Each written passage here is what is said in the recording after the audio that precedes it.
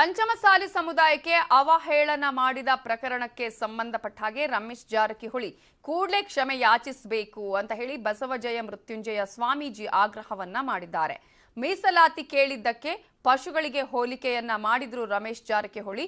ಈಗ ಬಸವಜಯ ಮೃತ್ಯುಂಜಯ ಸ್ವಾಮೀಜಿ ಕ್ಷಮೆ ಕೇಳಬೇಕು ಅನ್ನುವ ಆಗ್ರಹವನ್ನ ಮಾಡಿದ್ದಾರೆ.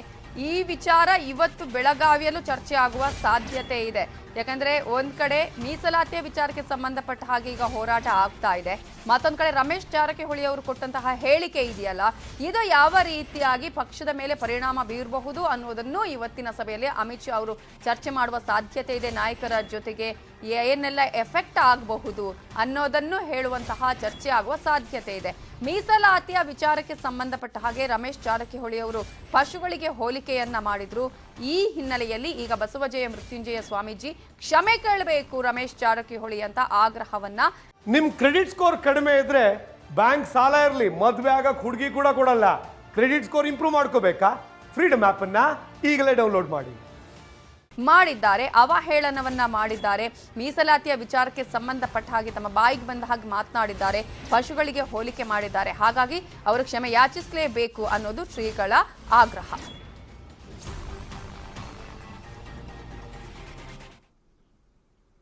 ಬಿಜೆಪಿಯವರು ಎಲೆಕ್ಷನ್ಗೆ ಹಣ ಕಲೆಕ್ಟ್ ಮಾಡ್ತಿದ್ದಾರೆ. ಅನೇಕ ಕ್ಷೇತ್ರಗಳಲ್ಲಿ ಬಿಜೆಪಿಯವರು ಹಣ ಸಂಗ್ರಹಿಸಿದ್ದಾರೆ. ಇದು ಕಾಂಗ್ರೆಸ್ನ ವಿಎಸ್ ಉಗ್ರಪ್ಪ ಅವರ ಆರೋಪ. ಹಣ ಸಂಗ್ರಹದ ಬಗ್ಗೆ ನಾವು ದೂರನ್ನ ಕೊಟ್ಟಿದ್ದೇವೆ, ಆದರೆ ಇಲ್ಲಿವರೆಗೂ ಯಾವುದೇ ಎಫ್ಐಆರ್ ಆಗಿಲ್ಲ.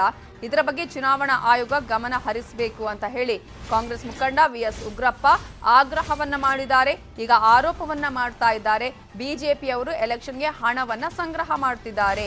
ಅನೇಕ ಕ್ಷೇತ್ರಗಳಲ್ಲಿ ಈ ಕೆಲಸ ನಡೀತಾ ಇದೆ. ಶಾಸಕ ರಮೇಶ್ ಜಾರಕಿಹೊಳಿ ಬೆಳಗಾವಿಯಲ್ಲಿ ಸಾರ್ವಜನಿಕವಾಗಿ ಪ್ರತಿ ಮತದಾರರಿಗೆ 6,000 ರೂಪಾಯಿ ಕೊಡ್ತೇವೆ ಅಂತ ಹೇಳಿದ್ದಾರೆ. ಯಾರು ಎಷ್ಟು ಖರ್ಚು ಮಾಡ್ತಾರೋ ಅದರ 2 ಪಟ್ಟು ಖರ್ಚು ಮಾಡ್ತೇವೆ ಅಂತ ಹೇಳಿದ್ದಾರೆ. ಇದಕ್ಕೆಲ್ಲ ಹೈಕಮಾಂಡ್ನ ಕುಮ್ಮಕ್ಕಿದೆ. ಒಟ್ಟು 30,000 ಕೋಟಿ ಖರ್ಚು ಮಾಡಲು ಸಿದ್ಧವಾಗಿದ್ದಾರೆ ಅಂತ ಉಗ್ರಪ್ಪ ಆರೋಪ ಮಾಡಿದ್ದಾರೆ.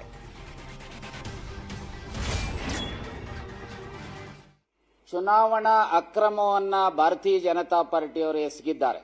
ಭಾರತೀಯ ಜನತಾ ಪಾರ್ಟಿಯ ಹಾಲಿ ಶಾಸಕರು ಮಾಜಿ ಮಂತ್ರಿಗಳಾದಂತ ಸನ್ಮಾನ್ಯ ರಮೇಶ್ ಜಾರಕಿಹೊಳಿ ಅವರು ಬರುವ ಚುನಾವಣೆಯಲ್ಲಿ ನಾವು ಪ್ರತಿ ಮತದಾರರಿಗೆ 6,000 ರೂಗಳನ್ನ ಒಂದು ರೀತಿಯಲ್ಲಿ ಅವರನ್ನ ಬ್ರೈಬ್ ಮಾಡತಕ್ಕಂಥದಕ್ಕೆ 6,000 ರೂಪಾಯಿಗಳನ್ನ ಒಬ್ಬ ಮತದಾರರಿಗೆ ಕೊಟ್ಟು ಚುನಾವಣೆಯಲ್ಲಿ ಗೆಲ್ಲುವಂತದಕ್ಕೆ ಪ್ರಯತ್ನ ಮಾಡ್ತೇವೆ.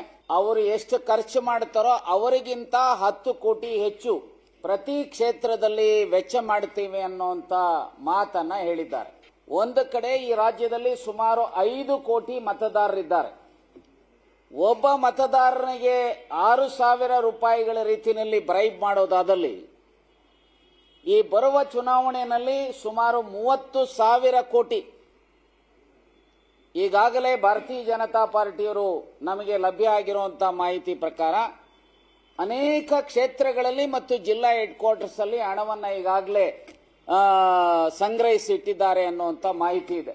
25th ಸನ್ಮಾನ್ಯ ಡಿ.ಕೆ. ಶಿವಕುಮಾರ್ ಅವರು ಕೆಪಿಸಿಸಿ ಅಧ್ಯಕ್ಷರು ಮತ್ತು ಸಿಎಲ್ಪಿಯ ನಾಯಕರಾಗಿರ್ತಕ್ಕಂಥ ಸನ್ಮಾನ್ಯ ಸಿದ್ದರಾಮಯ್ಯನವರು ನಾನು ಹಾಗೂ ಇನ್ನಿತರ ನಾಯಕರುಗಳು ಹೋಗಿ ಇಲ್ಲಿರುವಂತಹ ಐಗ್ರೋನ್ಸ್ ಪೊಲೀಸ್ ಸ್ಟೇಷನ್ ಅಲ್ಲಿ ಕಂಪ್ಲೇಂಟ್ ಅನ್ನ ಲಾಂಚ್ ಮಾಡಿದ್ದಾರೆ. ಏನು ನಮ್ಮ ಕಂಪ್ಲೇಂಟ್ ಆದ್ರೂ ಸಹ ಕಾಗ್ನಿಸಬಲ್ ಕೇಸ್ ಅಂತ ಆದ್ರೂ ಸಹ ಕಾಗ್ನಿಸೆನ್ಸ್ ತೆಗೆದುಕೊಂಡು ಕೇಸ್ ರಿಜಿಸ್ಟರ್ ಮಾಡದೇ ಇರೋದು ನೋಡಿದ್ರೆ ಇವತ್ತೇನು ಸಂಬಂಧಪಟ್ಟಂತ ಪೊಲೀಸನ ಮೇಲೆ ಮಾನ್ಯ ಮುಖ್ಯಮಂತ್ರಿಗಳು ಹಾಗೆ ಭಾರತೀಯ ಜನತಾ ಪಾರ್ಟಿಯ ಸ್ಟೇಟ್ ಅಂಡ್ ಸೆಂಟ್ರಲ್ ಲೀಡರ್ಶಿಪ್ ಇವತ್ತು ಒತ್ತಾಯವನ್ನ ಅವರ ಮೇಲೆ ಪ್ರಭಾವವನ್ನ ಬೀರಿರ್ತಕ್ಕಂಥದ್ದು ಮೇಲ್ನೋಟಕ್ಕೆ ಕಾಣ್ತಾ ಇದೆ.